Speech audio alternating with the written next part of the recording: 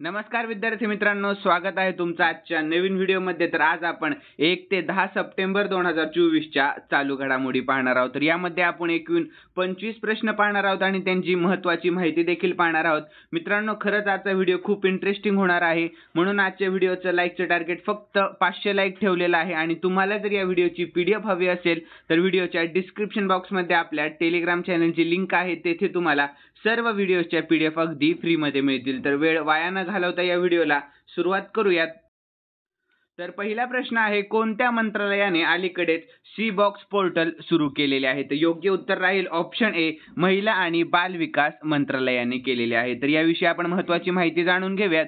तर याचे उद्दिष्ट काय आहे? तर कामाच्या ठिकाणी लैंगिक छळाच्या तक्रारी दाखल करण्यासाठी आणि त्यावर लक्ष ठेवण्यासाठी केंद्रीकृत व्यासपीठ उपलब्ध करून देणे। आणि सी बॉक्स पोर्टल हे कामाच्या ठिकाणी लैंगिक छळाच्या तक्रारीचे व्यवस्थापन करण्यासाठी केंद्रीकृत व्यासपीठ म्हणून डिझाइन केलेले आहे। तर हे सुनिश्चित करते की तक्रारी सुरक्षितपणे दाखल केल्या जाऊ शकतात आणि कार्यक्षमतेने ट्रॅक केला जाऊ शकतो। यानंतर पुढील पॉइंट आहे, रिअल टाइम मॉनिटरिंग आणि तक्रारींचे वेळेवर निराकरण करणे हे पोर्टलचे उद्दिष्ट आहे। आणि सध्याचे महिला व बालविकास मंत्री कोण आहेत? तर अन्नपूर्णा देवी आहेत, लक्षात ठेवा मित्रांनो। यानंतर पुढील प्रश्न आहे दुसरा, तर केंद्रीय औद्योगिक सुरक्षा दल म्हणजेच CISF चे महासंचालक म्हणून कोणाची नियुक्ती करण्यात आलेली आहे? तर योग्य उत्तर ऑप्शन डी, राजविंदर सिंग भाटी यांची नियुक्ती करण्यात आलेली आहे। तर याविषयी आपण महत्त्वाची माहिती जाणून घेऊयात। राजविंदर सिंग भाटी म्हणजेच IPS यांची केंद्रीय औद्योगिक सुरक्षा दल म्हणजेच CISF चे महासंचालक म्हणून 30 सप्टेंबर 2025 पर्यंत नियुक्ती करण्यात आलेली आहे। तर भाटी हे 1990च्या बॅचचे भारतीय पोलीस सेवा IPS अधिकारी आहेत। तर निवृत्त होण्यापूर्वी ते 30 सप्टेंबर 2025 पर्यंत हे पद सांभाळतील। तर CISF विषयी आपण शॉर्टमध्ये माहिती जाणून घेऊयात। तर केंद्रीय औद्योगिक सुरक्षा दलची स्थापना झालेली आहे 10 मार्च 1969 मध्ये आणि मुख्यालय कोठे आहे? दिल्लीमध्ये आहे मुख्यालय, लक्षात ठेवा। यानंतर तिसरा प्रश्न आहे, भारतातील सर्वात मोठ्या खोल पाण्याच्या वाढवण बंदराचे उद्घाटन कोठे झाले? तर योग्य उत्तर आहे ऑप्शन बी, महाराष्ट्रामध्ये झालेले आहे। कोठे झालेले आहे? महाराष्ट्रामध्ये झालेले आहे। तर याविषयी आपण महत्त्वाची माहिती जाणून घेऊयात। तर महाराष्ट्रात 12 लाख रोजगारांच्या संधी निर्माण करण्यासाठी भारतातील सर्वात मोठ्या खोल पाण्याच्या बंदर वाढवणाचे पंतप्रधानांच्या हस्ते उद्घाटन झालेले आहे। तर वाढवण बंदर हे भारतातील सर्वात मोठे खोल पाण्याचे बंदर असणार आहे आणि ते 2030 पर्यंत कार्यान्वित होणार आहे, लक्षात ठेवा। तर हे बंदर भारताच्या सागरी क्षमतेत लक्षणीय वाढ करेल। तर हे महाराष्ट्रातील पालघर जिल्ह्यात असलेले हरित क्षेत्र बंदर आहे। तर यानंतर बंदरातून अंदाजे 12 लाख रोजगारांच्या संधी निर्माण झाल्याचा अंदाज देखील आहे। तर ज्यामुळे ते एक प्रचंड रोजगार निर्माते आहेत। तर त्यामुळे जागतिक व्यापारात भारताचे स्थानही उंचावेल। तर यानंतर आपण महाराष्ट्राविषयी शॉर्टमध्ये माहिती जाणून घेऊयात। तर महाराष्ट्राचे सध्याचे मुख्यमंत्री कोण आहेत? एकनाथ शिंदे आहेत आणि राजधानी आहे मुंबई आणि सध्याचे राज्यपाल आहेत CP राधाकृष्णन, लक्षात ठेवा। यानंतर राष्ट्रीय उद्याने देखील पाहून घेऊया। तर संजय गांधी राष्ट्रीय उद्यान, नावेगाव राष्ट्रीय उद्यान आणि पेंच राष्ट्रीय उद्यान, ठीक आहे। तर महाराष्ट्राविषयी आपण शॉर्टमध्ये चालू घडामोडी पाहून घेऊया। तर महाराष्ट्राला 2024चा सर्वोत्कृष्ट कृषी राज्य पुरस्कार मिळालेला आहे। तर सुजाता सौनिक या महाराष्ट्राच्या पहिल्या महिला मुख्य सचिव बनलेल्या आहेत। तर भारतातील सर्वात मोठे डीप ड्राफ्ट बंदर महाराष्ट्रात बांधले जाणार आहे, लक्षात ठेवा मित्रांनो, खूप महत्त्वाची माहिती आहे। तर नाशिकमध्ये 27व्या राष्ट्रीय युवा महोत्सवाचे आयोजन करण्यात आलेले आहे। तर रश्मी शुक्ला यांची महाराष्ट्र पोलिसांच्या नवीन DGP पदी नियुक्ती करण्यात आलेली आहे। आणि शेवटचा पॉइंट राहील, तर महाराष्ट्र हे FDI मिळविणारे सर्वात मोठे राज्य बनलेले आहे। यानंतर मित्रांनो प्रश्न आहे चौथा, तर कोणत्या संघाने अलीकडेच पहिले ड्युरंड कप विजेतेपद जिंकलेले आहे? तर योग्य उत्तर ऑप्शन ए, ईशान्य युनायटेड या संघाने। कोणत्या संघाने? ईशान्य युनायटेड, ठीक आहे, लक्षात ठेवा। तर यानंतर आपण याविषयी महत्त्वाची माहिती जाणून घेऊया। तर गुवाहाटी स्थित नॉर्थ ईस्ट युनायटेड फुटबॉल क्लबने अंतिम फेरीत मोहन बागान सुपर जायंटचा पेनल्टी शूटआउटमध्ये पराभव करून पहिले ड्युरंड कप विजेतेपद पटकावले आहे। तर आवृत्ती कितवी होती?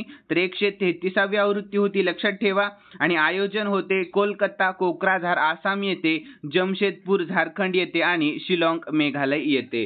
तर फायनल कोठे झाले? तर विवेकानंद युवा भारती क्रीडांगण, कोलकाता, पश्चिम बंगाल या ठिकाणी झाले। आणि ड्युरंड कप बद्दल आपण शॉर्टमध्ये महत्त्वाची माहिती देखील जाणून घेऊयात मित्रांनो। तर ड्युरंड फुटबॉल स्पर्धा किंवा ड्युरंड कप ही आशिया आणि भारतातील सर्वात जुनी क्लब आधारित फुटबॉल स्पर्धा आहे. तर याची सुरुवात 1888 मध्ये झाली आणि पहिली स्पर्धा शिमला येथे आयोजित करण्यात आलेली होती. तर सुरुवातीला ही ब्रिटिश भारतीय सैन्यांच्या विविध रेजिमेंटसाठी फुटबॉल स्पर्धा होती आणि नंतर यामध्ये भारतीय संघांनाही खेळण्याची परवानगी देण्यात आलेली आहे. तर ब्रिटिश भारताचे तत्कालीन परराष्ट्र सचिव मॉर्टिमर ड्युरंड यांच्या नावावरून या स्पर्धेला नाव देण्यात आलेले आहे. लक्षात ठेवा. तर मोहन बागान सुपर जायंट फुटबॉल क्लब 17 विजेत्या पदांसह स्पर्धेतील सर्वात यशस्वी संघ आहे. यानंतर मित्रांनो आपण 5वा प्रश्न पाहूया. तर राष्ट्रीय पोषण सप्ताह कधी साजरा केला जातो? तर याचे योग्य उत्तर ऑप्शन बी 1 ते 7 सप्टेंबर रोजी साजरा केला जातो. तर यानंतर आपण याविषयी महत्त्वाची माहिती जाणून घेऊया. तर देशभरात राष्ट्रीय पोषण सप्ताह साजरा केला जात आहे. तर हा दरवर्षी 1 ते 7 सप्टेंबर या कालावधीत साजरा केला जातो. तर हा वार्षिक कार्यक्रम 1982 मध्ये महिला आणि बाल विकास मंत्रालयाच्या अन्न आणि पोषण मंत्रालयाने सुरू केलेला आहे. तर यावर्षी राष्ट्रीय पोषण महिन्याची थीम काय आहे? तर सर्वांसाठी पौष्टिक आहार ही थीम लक्षात ठेवा, खूप महत्त्वाची आहे. यानंतर 6वा प्रश्न आहे मित्रांनो, नुकतेच भारतीय हवाई दलाचे उपप्रमुख कोण बनलेले आहेत? तर याचे योग्य उत्तर आहे ऑप्शन डी तेजिंदर सिंग बनलेले आहेत. कोण बनलेले आहेत? तेजिंदर सिंग. यानंतर आपण याविषयी महत्त्वाची माहिती जाणून घेऊयात. तर एअर मार्शल तेजिंदर सिंग यांनी नवी दिल्ली येथे भारतीय हवाई दलाचे उपप्रमुख म्हणून पदभार स्वीकारलेला आहे. तर पदभार स्वीकारल्यानंतर त्यांनी राष्ट्रीय युद्ध स्मारकाला भेट दिली आणि सर्वोच्च बलिदान दिलेल्या वीरांना पुष्पांजली अर्पण केलेली आहे. तर हवाई दलाविषयी आपण शॉर्टमध्ये माहिती जाणून घेऊयात. स्थापना झालेली आहे 8 ऑक्टोबर 1932 मध्ये. मुख्यालय नवी दिल्लीमध्ये आहे. सध्याचे अध्यक्ष कोण आहेत? विवेक राम चौधरी आहेत सध्याचे अध्यक्ष. यानंतर 7वा प्रश्न आहे, अलीकडेच चर्चेत असलेले HIRM-2 बॅलिस्टिक क्षेपणास्त्र कोणत्या देशाने विकसित केलेले आहे? तर योग्य उत्तर ऑप्शन सी युक्रेन या देशाने विकसित केलेले आहे. तर याविषयी आपण महत्त्वाची माहिती जाणून घेऊया. तर युक्रेनने त्याच्या संरक्षण उद्योगाने विकसित केलेल्या HIRM-2 नावाच्या पहिल्या बॅलिस्टिक क्षेपणास्त्राची यशस्वी चाचणी केली. तर HIRM-2 हे कमी पल्ल्याच्या बॅलिस्टिक क्षेपणास्त्र आहे जे युक्रेनच्या युझनोई कंपनीने बनवले आहे. तर या क्षेपणास्त्राचा विकास आणि त्याचा लष्करात समावेश झाल्यामुळे युक्रेनला रशियावर स्वस्त पण प्राणघातक हल्ल्याचा नवा पर्याय मिळणार आहे. तर त्यासाठी पश्चिमात्य देशांकडून लांब पल्ल्याची शस्त्रे मागावी लागणार नाही. तर यानंतर आपण युक्रेन विषयी शॉर्टमध्ये माहिती जाणून घेऊयात. तर युक्रेनची राजधानी आहे कीव आणि चलन आहे युक्रेनियन रिव्हनिया आणि राष्ट्रपती सध्याचे कोण आहेत? व्लादिमीर झेलेन्स्की आहेत. लक्षात ठेवा मित्रांनो. यानंतर 8वा प्रश्न आहे, पहिली जॉईंट कमांडर्स परिषद कोठे आयोजित केली जाईल? तर याचे योग्य उत्तर आहे ऑप्शन ए लखनौ येथे केली जाणार आहे. लक्षात ठेवा. तर याविषयी महत्त्वाची माहिती देखील पाहून घेऊया. तर पहिली जॉईंट कमांडर्स परिषद 4 ते 5 सप्टेंबर 2024 रोजी होणार आहे. तर पहिले JCC लखनौ येथील सेंट्रल कमांड्सच्या मुख्यालयात असेल आणि परिषदेची थीम काय आहे? तर सशक्त आणि सुरक्षित भारत सशस्त्र दलांचे परिवर्तन. लक्षात ठेवा थीम. तर संरक्षण मंत्री श्री राजनाथ सिंह परिषदेसाठी सहभागी होतील. लक्षात ठेवा. तर परिषद सशस्त्र दलांमध्ये अंतर्गत प्रक्रिया सुधारणा करण्यासाठी एक व्यासपीठ असेल. तर 4 सप्टेंबर रोजी chief of defence staff general Anil Chauhan यांच्या हस्ते दीक्षांत समारंभाचे उद्घाटन होईल. तर हे सशस्त्र दल आणि संरक्षण मंत्रालयातील सर्वोच्च दर्जाचे अधिकारी एकत्र आणते. यानंतर मित्रांनो आपण 9वा प्रश्न पाहूया. तर अर्थ मंत्रालयाने अलीकडेच किती कंपन्यांना नवरत्न दर्जा दिलेला आहे? कोणता दर्जा? तर नवरत्न दर्जा. तर याचे योग्य उत्तर राहील ऑप्शन बी 4 कंपन्यांना. किती कंपन्यांना? 4 कंपन्यांना. लक्षात ठेवा. तर याविषयी आपण महत्त्वाची माहिती जाणून घेऊया. तर वित्त मंत्रालयाने अलीकडेच 4 सार्वजनिक क्षेत्रातील उपक्रम SJVN, सौर ऊर्जा निगम, NHPC आणि रेलटेल कॉर्पोरेशन ऑफ इंडिया यांना नवरत्न दर्जा दिलेला आहे. लक्षात ठेवा मित्रांनो 4 कंपन्या. तर भारतातील 4 नवीन नवरत्न कंपन्यांपैकी 3 रेलटेल, SJVN आणि NHPC सार्वजनिकपणे व्यापार करणार आहेत. लक्षात ठेवा. यानंतर नवरत्न कंपन्या 1000 कोटी रुपयांपर्यंतची गुंतवणूक सरकारच्या पूर्व परवानगीशिवाय करू शकतात. यानंतर 10वा प्रश्न आहे, नुकतेच कोणत्या राज्यात बलात्कार विरोधी विधेयक विधानसभेत मंजूर झालेले आहे? तर याचे योग्य उत्तर आहे ऑप्शन बी पश्चिम बंगाल या राज्यामध्ये. लक्षात ठेवा महत्त्वाचा प्रश्न आहे मित्रांनो. तर याविषयी आपण महत्त्वाची माहिती देखील पाहून घेऊयात. तर सप्टेंबरमध्ये पश्चिम बंगाल विधानसभेत बलात्कार विरोधी विधेयक मंजूर झाले. तर विधेयक पुढे राज्यपालांकडे पाठवले जाईल, तर त्यांच्या स्वाक्षरीनंतर तो कायदा होईल. तर नव्या कायद्यानुसार बलात्कार प्रकरणाचा तपास 36 दिवसांत पूर्ण करावा लागणार आहे. जेव्हा पीडित कोमात जातो किंवा त्याचा मृत्यू होतो तर 10 दिवसांत दोषीला फाशीची शिक्षा सुनावली जाईल. तर बलात्कार आणि सामूहिक बलात्काराच्या दोषींना पॅरोल शिवाय जन्मठेपेची शिक्षा दिली जाईल. तर प्रत्येक जिल्ह्यात अपराजिता टास्क फोर्स स्थापन करण्यात येईल. तर या टास्क फोर्सचे नेतृत्व DSP दर्जाचे अधिकारी करत असतील. लक्षात ठेवा. तर बलात्कार विरोधी विधेयकाला अपराजिता महिला आणि मुले विधेयक, पश्चिम बंगाल गुन्हेगार कायदा आणि सुधारणा विधेयक 2024 असे नाव देण्यात आलेले आहे. लक्षात ठेवा. तर पश्चिम बंगाल विषयी आपण शॉर्टमध्ये माहिती जाणून घेऊयात मित्रांनो. तर राजधानी आहे कोलकाता, मुख्यमंत्री आहेत ममता बॅनर्जी आणि सध्याचे राज्यपाल आहेत CV आनंद बोस आणि राष्ट्रीय उद्याने देखील पाहून घेऊयात. तर बक्सा, गौरमारा, जलदापारा आणि सिंगलीला. लक्षात ठेवा. यानंतर मित्रांनो 11वा प्रश्न आहे.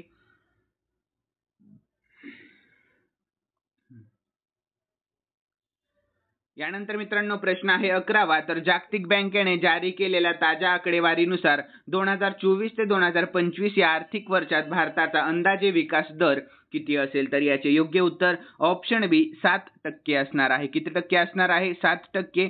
तर याविषयी आपण महत्त्वाची माहिती देखील जाणून घेऊयात मित्रांनो.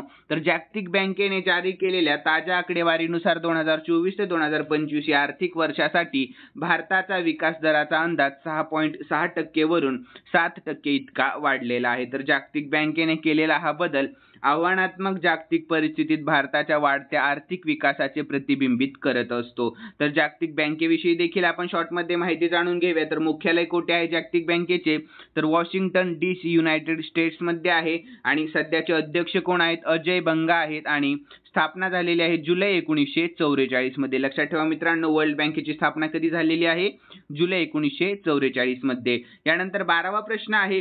कृषी क्षेत्राला चालना देण्यासाठी अलीकडेच कोणी ॲग्रीश्युअर योजना सुरू केलेली आहे? लक्षात ठेवा, कोणती योजना? ॲग्रीश्युअर योजना. तर याचे योग्य उत्तर आहे मित्रांनो ऑप्शन सी, शिवराज सिंह यांनी. कोणी? शिवराज सिंह यांनी. लक्षात ठेवा. तर यानंतर आपण याविषयी शॉर्टमध्ये माहिती जाणून घेऊया. तर कृषी क्षेत्राला चालना देण्यासाठी एक महत्त्वाचे पाऊल उचलत केंद्रीय कृषी मंत्री शिवराज सिंह चौहान यांनी ॲग्रीश्युअर योजना सुरू केलेली आहे. तर कृषी आणि ग्रामीण स्टार्टअप इकोसिस्टमला चालना देण्याच्या उद्देशाने सुरू करण्यात आलेली ही योजना भारतातील कृषी क्षेत्र सुधारण्याच्या दिशेने एक अग्रगण्य पाऊल मानली जात आहे. तर यानंतर 13वा प्रश्न पाहूयात. तर भारतातील पहिले प्रदूषण नियंत्रण जहाज समुद्र प्रताप नुकतेच कोणत्या राज्यात सुरू करण्यात आलेले आहे? खूप महत्त्वाचा प्रश्न आहे मित्रांनो. तर याचे योग्य उत्तर राहील ऑप्शन ए, गोवा या राज्यामध्ये. कोणत्या राज्यामध्ये? गोवा या राज्यामध्ये. तर याविषयी आपण शॉर्टमध्ये महत्त्वाची माहिती जाणून घेऊयात. भारतातील पहिले प्रदूषण नियंत्रण जहाज समुद्र प्रताप हे भारतीय तटरक्षक दलासाठी गोवा शिपयार्ड लिमिटेडने डिझाईन आणि बांधले आहे. तर यानंतर 14वा प्रश्न आहे. अलीकडे विस्तारा कोणत्या एअरलाइन्समध्ये विलीन होईल? तर लक्षात ठेवा मित्रांनो, खूप महत्त्वाचा प्रश्न आहे. तर याचे योग्य उत्तर आहे ऑप्शन बी, एअर इंडियामध्ये विलीन होणार आहे. तर याविषयी आपण महत्त्वाची माहिती जाणून घेऊयात. तर अलीकडेच विस्तारा एअरलाइन्स 12 नोव्हेंबर पासून आपली सेवा बंद करत आहे. तर 11 नोव्हेंबर रोजी या विमान कंपनीची विमाने शेवटच्या वेळी आकाशात उडणार आहेत. लक्षात ठेवा. तर विस्तारा एअरलाइन्स एअर इंडियामध्ये विलीन होणार आहे. तर विस्तारा एअरलाइन्सची विमाने 12 नोव्हेंबर पासून एअर इंडियाचा भाग होणार आहेत. तर यानंतर मित्रांनो विस्ताराविषयी आपण शॉर्टमध्ये माहिती जाणून घेऊयात. स्थापना झालेली होती 5 नोव्हेंबर 2013 मध्ये. मुख्यालय गुरुग्राम आहे. तर एअर इंडियाची स्थापना झाली 1932 मध्ये आणि मुख्यालय नवी दिल्ली मध्ये आहे. लक्षात ठेवा. यानंतर 15वा प्रश्न आहे. राष्ट्रपती द्रौपदी मुर्मू यांनी विश्व शांती बुद्ध विहाराचे उद्घाटन कोणत्या राज्यामध्ये केलेले आहे? तर याचे योग्य उत्तर ऑप्शन सी, आपल्या महाराष्ट्र या राज्यामध्ये केलेले आहे. खूप महत्त्वाचा प्रश्न आहे, प्रश्नाकडे लक्ष द्या. तर राष्ट्रपती द्रौपदी मुर्मू यांनी महाराष्ट्रातील उदगीर येथे विश्व शांती बौद्ध विहाराचे उद्घाटन केले आहे, ज्यात गौतम बुद्धांचा पुतळा आणि डॉक्टर बाबासाहेब आंबेडकर यांना आदरांजली दिलेली आहे. तर मुख्य प्रवेशद्वार सांची स्तूपापासून प्रेरित आहे, जे भव्य प्रवेशद्वार प्रदान करण्यासाठी डिझाईन केलेले आहे. तर महाराष्ट्राविषयी आपण शॉर्टमध्ये महत्त्वाची माहिती जाणून घेऊयात. तर महाराष्ट्राचे मुख्यमंत्री सध्याचे कोण आहेत? तर एकनाथ शिंदे आहेत. राजधानी आहे मुंबई आणि सध्याचे राज्यपाल CP राधाकृष्णन आहेत. आणि राष्ट्रीय उद्याने देखील पाहून घेऊयात. तर संजय गांधी राष्ट्रीय उद्यान, नावेगाव राष्ट्रीय उद्यान आणि पेंच राष्ट्रीय उद्यान. आणि चालू घडामोडी तर महाराष्ट्राला 2024चा सर्वोत्कृष्ट कृषी राज्य पुरस्कार मिळालेला आहे आणि सुजाता सौनिक या महाराष्ट्राच्या पहिल्या महिला मुख्य सचिव बनलेल्या आहेत. तर भारतातील सर्वात मोठे डीप ड्राफ्ट बंदर महाराष्ट्रात बांधले जाणार आहे मित्रांनो, लक्षात ठेवा. आणि नाशिकमध्ये 27व्या राष्ट्रीय युवा महोत्सवाचे आयोजन करण्यात आलेले आहे. तर रश्मी शुक्ला यांची महाराष्ट्र पोलिसांच्या नवीन डीजीपी पदी नियुक्ती करण्यात आलेली आहे. तर महाराष्ट्र हे FDI मिळविणारे सर्वात मोठे राज्य बनलेले आहे. तर यानंतर 16वा प्रश्न आहे, राष्ट्रीय शिक्षक दिवस नुकताच कधी साजरा करण्यात आलेला आहे, लक्षात ठेवा. तर याचे योग्य उत्तर आहे ऑप्शन ए 5 सप्टेंबर रोजी. केव्हा?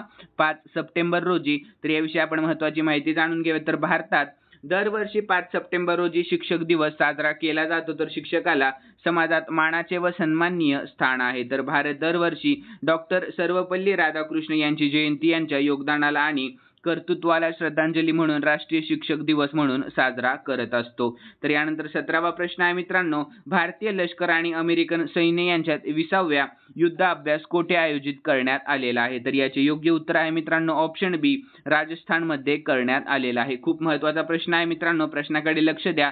तर याविषयी आपण महत्त्वाची माहिती जाणून घेऊयात. तर आतापर्यंतचा सर्वात मोठा सराव भारतीय लष्कर आणि अमेरिकेच्या सैन्यादरम्यान राजस्थानमध्ये होणार आहे. तर यानंतर पुढील पॉइंट आहे, दोन्ही देशांच्या सैन्यामधील संयुक्त युद्ध सरावाची ही 20वी आवृत्ती 9 ते 22 सप्टेंबर या कालावधीत 14 दिवस सुरू होणार आहे. तर यामध्ये 600हून अधिक सैनिक सहभागी होणार आहेत. लक्षात ठेवा मित्रांनो, कितीहून अधिक? 600हून अधिक. तर गेल्या वर्षी संयुक्त सैन्य सरावची 19वी आवृत्ती अलास्का USA येथे आयोजित करण्यात आलेली होती. तर या सरावाचा उद्देश दोन्ही सैन्यांची आंतर कार्यक्षमता वाढवणे आणि त्यांची परिचालन क्षमता मजबूत करणे हा आहे. तर यानंतर 18वा प्रश्न आहे, लैंगिक विविधता आणि समावेशास प्रोत्साहन देण्यासाठी जेंडर डायव्हर्सिटी अवॉर्डने कोणाला सन्मानित करण्यात आलेले आहे. तर याचे योग्य उत्तर ऑप्शन बी दासारी राधिका यांना सन्मानित करण्यात आलेले आहे, लक्षात ठेवा. तर याविषयी आपण महत्त्वाची माहिती देखील पाहून घेऊया. तर इंडियन स्टील असोसिएशन म्हणजेच ISA ने नवी दिल्ली येथे आयोजित इंडियन स्टील समिट 2024 मध्ये राष्ट्रीय इस्पात निगम लिमिटेड RINL च्या उपमहाव्यवस्थापक HR डॉक्टर दसारी राधिका यांना प्रतिष्ठित लिंग विविधता पुरस्काराने सन्मानित केलेले आहे. तर पोलाद उद्योगातील लैंगिक विविधता आणि समावेशात प्रोत्साहन देण्यासाठी हा सन्मान देण्यात आलेला आहे, लक्षात ठेवा. तर पोलाद मंत्रालयाने माजी सचिव नागेंद्रनाथ सिन्हा यांच्या हस्ते उद्योग नेते आणि मान्यवरांच्या उपस्थित हा पुरस्कार प्रदान करण्यात आलेला आहे. यानंतर आपण 19वा प्रश्न पाहून घेऊयात मित्रांनो. तर कोणत्या राज्याने पोलीस दलात महिलांसाठी 33% आरक्षण मंजूर केलेले आहे. तर योग्य उत्तर ऑप्शन बी राजस्थान या राज्याने. कोणत्या राज्याने? तर राजस्थान या राज्याने. किती टक्के?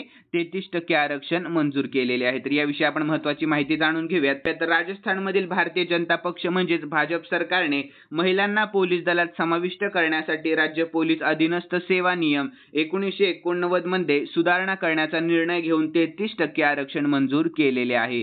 तर महिलांना समान रोजगाराच्या संधी उपलब्ध करून देणे हा त्यांचा उद्देश आहे. तर यानंतर आपण राजस्थान विषयी महत्त्वाची माहिती जाणून घेऊया. तर स्थापना झालेली होती 30 मार्च 1949 मध्ये. राजधानी जयपूर आहे आणि सध्याचे मुख्यमंत्री कोण आहेत? भजनलाल शर्मा आहेत आणि सध्याचे राज्यपाल हरिभाऊ किसनराव बागडे आहेत. यानंतर मित्रांनो 20वा प्रश्न आहे, उत्तर प्रदेश महिला आयोगाच्या उपाध्यक्षपदी कोणाची नियुक्ती करण्यात आलेली आहे. तर याचे योग्य उत्तर ऑप्शन सी अपर्णा यादव यांची नियुक्ती करण्यात आलेली आहे. कोणाची नियुक्ती करण्यात आलेली आहे? अपर्णा यादव यांची. तर याविषयी आपण महत्त्वाची माहिती जाणून घेऊयात. तर अपर्णा यादव यांची उत्तर प्रदेश महिला आयोगाच्या उपाध्यक्षपदी नियुक्ती करण्यात आलेली आहे. तर चारू चौधरी यांच्यासह समाजवादी पक्षाचे प्रमुख अखिलेश यादव यांच्या वहिनी अपर्णा यादव यांना प्रत्युत्तर राज्य महिला आयोगाच्या उपाध्यक्षपदी नियुक्ती करण्यात आलेली आहे. तर बबिता चौहान यांची आयोगाच्या अध्यक्षपदी नियुक्ती करण्यात आलेली आहे.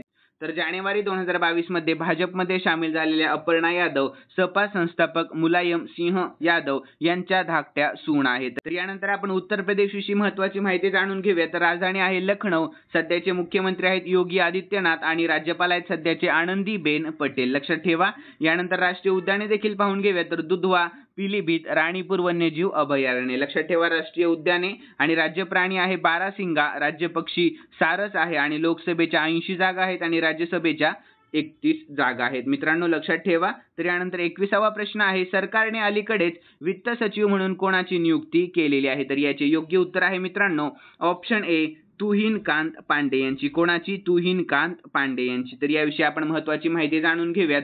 तर सरकारने तुहिनकांत पांडे यांची वित्त सचिव म्हणून नियुक्ती केलेली आहे. तर श्री तुहिन हे भारतीय प्रशासकीय सेवेतील 1987च्या बॅचचे कॅडर अधिकारी आहे. तर सध्या ते अर्थ मंत्रालयातील 2 महत्त्वाच्या विभागांचे प्रभारी सचिव देखील आहेत. तर यानंतर 22वा प्रश्न आहे, सप्टेंबर 2024 मध्ये कोणत्या राज्यात 10 दिवसांचा ओणम सण साजरा केला जात आहे? तर याचे योग्य उत्तर आहे मित्रांनो ऑप्शन ए केरळ या राज्यामध्ये. कोणत्या राज्यामध्ये? केरळ या राज्यामध्ये. तर यानंतर आपण 23वा प्रश्न पाहूयात. तर पॅरिस 2024 पॅरा ऑलिम्पिक खेळांमध्ये भारताने एकूण किती पदके जिंकलेली आहेत? तर याचे योग्य उत्तर आहे ऑप्शन सी 29 पदके जिंकलेली आहेत. तर मित्रांनो खरंच खूप महत्त्वाचा प्रश्न आहे, प्रश्नाकडे नीट लक्ष द्या. तर याविषयी आपण महत्त्वाची माहिती जाणून घेऊयात. तर पॅरिस 2024 गेम्समध्ये भारताने पॅरा ऑलिम्पिक इतिहासातील सर्वोत्तम कामगिरी करून एकूण 29 पदके जिंकलेली आहेत. तर भारतीय खेळाडूंनी 7 सुवर्ण पदके, 9 रौप्य पदके आणि 13 कांस्य पदके जिंकलेली आहेत. टोकियो 2020 मध्ये भारताने 5 सुवर्णांसह एकूण 19 पदके जिंकलेली होती, जी भारताने यावेळी मागे टाकलेली आहेत. लक्षात ठेवा मित्रांनो. यानंतर आवृत्ती किती होती? यावेळेसची 17वी आवृत्ती होती आणि आयोजन 28 ऑगस्ट ते 8 सप्टेंबर 2024 दरम्यान होते आणि स्थळ होते पॅरिस फ्रान्समध्ये. आणि ब्रीदवाक्य काय आहे? तर गेम्स वाईड ओपन हे ब्रीदवाक्य आहे आणि शुभंकर म्हणजेच मॅस्कॉट काय आहे? तर फ्रीजेस आहे. आणि एकूण खेळ किती होते? 22 होते एकूण खेळ. आणि उद्घाटन समारंभ प्लेस देला कॉन्कॉर्ड आणि चॅम्प्स एलिसिस. लक्षात ठेवा मित्रांनो. यानंतर आपण समारोप समारंभ कोठे झाला? तर स्टेड डी फ्रान्स स्टेडियम पॅरिसमध्ये झालेला आहे. तर उद्घाटन समारंभातील भारतीय ध्वजवाहक कोण होते? तर सुमित अंतिल आणि भाग्यश्री जाधव. लक्षात ठेवा. आणि समारोप समारंभात भारतीय ध्वजवाहक कोण होते? तर प्रीतीपाल आणि हरविंदर सिंग होते. लक्षात ठेवा. तर यानंतर भारतातील खेळाडूंचा समावेश किती होता? तर 84 खेळाडू होते आणि त्यामध्ये 52 पुरुष होते आणि 32 महिला होत्या. तर भारताने किती खेळांमध्ये भाग घेतला? तर 12 खेळांमध्ये भारताने भाग घेतला होता. तर भारत 3 नवीन खेळांमध्ये सामील झालेला आहे. तर कोणते खेळ आहेत 3 नवीन? तर पॅरा सायकलिंग, पॅरा रोईंग आणि ब्लाइंड ज्युडो. लक्षात ठेवा. तर भारताचे शेफ मिशन कोण होते? सत्यप्रकाश सांगवान हे शेफ मिशन होते. तर पहिले पदक कोणी जिंकले? अवनी लेकरा हिने जिंकले, सुवर्ण पदक जिंकले. लक्षात ठेवा मित्रांनो. आणि अंतिम पदक कोणी जिंकले? तर नवदीप सिंग याने जिंकले, त्यांनी हे सुवर्ण पदक जिंकलेले आहे. तर यानंतर प्रश्न आहे 24वा. तर आशियाई ऑलिम्पिक परिषदेचे अध्यक्ष म्हणून निवडून आलेले पहिले भारतीय कोण आहेत? तर याचे योग्य उत्तर मित्रांनो ऑप्शन सी रणधीर सिंग आहेत. कोण आहेत? रणधीर सिंग. ठीक आहे. तर याविषयी आपण महत्त्वाची माहिती जाणून घेऊयात. तर भारताचे दिग्गज क्रीडा प्रशासक रणधीर सिंग यांची अलीकडेच ऑलिम्पिक काउन्सिल्स ऑफ आशिया म्हणजेच OCA चे अध्यक्ष म्हणून निवड झालेली आहे. तर ते या पदावर असणारे पहिले भारतीय ठरलेले आहेत. तर महाद्वीपीय संस्थेच्या 44व्या आमसभेत त्यांची निवड झालेली आहे. तर रणधीर सिंग यांचा कार्यकाळ 2024 ते 2028 पर्यंत राहील. लक्षात ठेवा. यानंतर मित्रांनो शेवटचा प्रश्न घेतोय मी. तर दरवर्षी आंतरराष्ट्रीय साक्षरता दिवस कधी साजरा केला जात आहे? तर याचे योग्य उत्तर ऑप्शन बी 8 सप्टेंबर रोजी साजरा केला जात आहे. लक्षात ठेवा मित्रांनो. 25वा प्रश्न. तर याविषयी आपण महत्त्वाची माहिती जाणून घेऊया. तर आंतरराष्ट्रीय साक्षरता दिवस दरवर्षी 8 सप्टेंबर रोजी जगभरात साजरा केला जात असतो. तर हा दिवस 1967 पासून दरवर्षी साजरा केला जातो. तर हा दिवस सार्वजनिक सरकार आणि इतर संबंधितांना साक्षरतेचे महत्त्व आणि समतापूर्ण समाज निर्माण करण्यात त्यांची भूमिका लक्षात आणून देण्यासाठी साजरा केला जात असतो. तर 1966 मध्ये झालेल्या युनेस्कोच्या सर्वसाधारण परिषदेत 8 सप्टेंबर हा दिवस आंतरराष्ट्रीय साक्षरता दिवस म्हणून साजरा करण्याचा प्रस्ताव मंजूर करण्यात आलेला आहे. तर खालील प्रश्न मी स्पेशली तुमच्यासाठी ठेवलेला आहे आणि हा प्रश्न आपण या 10 दिवसांमध्ये आणि या व्हिडिओमध्ये देखील पाहिलेला आहे मित्रांनो. आणि तुम्ही जर हा व्हिडिओ मन लावून पाहिलेला असेल तर नक्कीच तुम्हाला या प्रश्नाचे उत्तर येईल अशी मी अपेक्षा करतो. तर प्रश्न असा आहे, पॅरिस 2024 पॅरा ऑलिम्पिक खेळांमध्ये भारताने एकूण किती पदके जिंकलेली आहेत? तर याचे योग्य उत्तर तुम्हाला आपल्या कमेंट बॉक्समध्ये देण्याचा प्रयत्न करायचा आहे मित्रांनो. आणि शक्यतो जास्तीत जास्त विद्यार्थ्यांनी कमेंट बॉक्समध्ये उत्तर देण्याचा प्रयत्न करा. आणि तुम्हाला जर आजचा व्हिडिओ आवडलेला असेल तर नक्कीच या व्हिडिओला लाईक करा आणि सबस्क्राईब करायला अजिबात विसरू नका. तर चला मित्रांनो भेटूयात नवीन व्हिडिओमध्ये. धन्यवाद.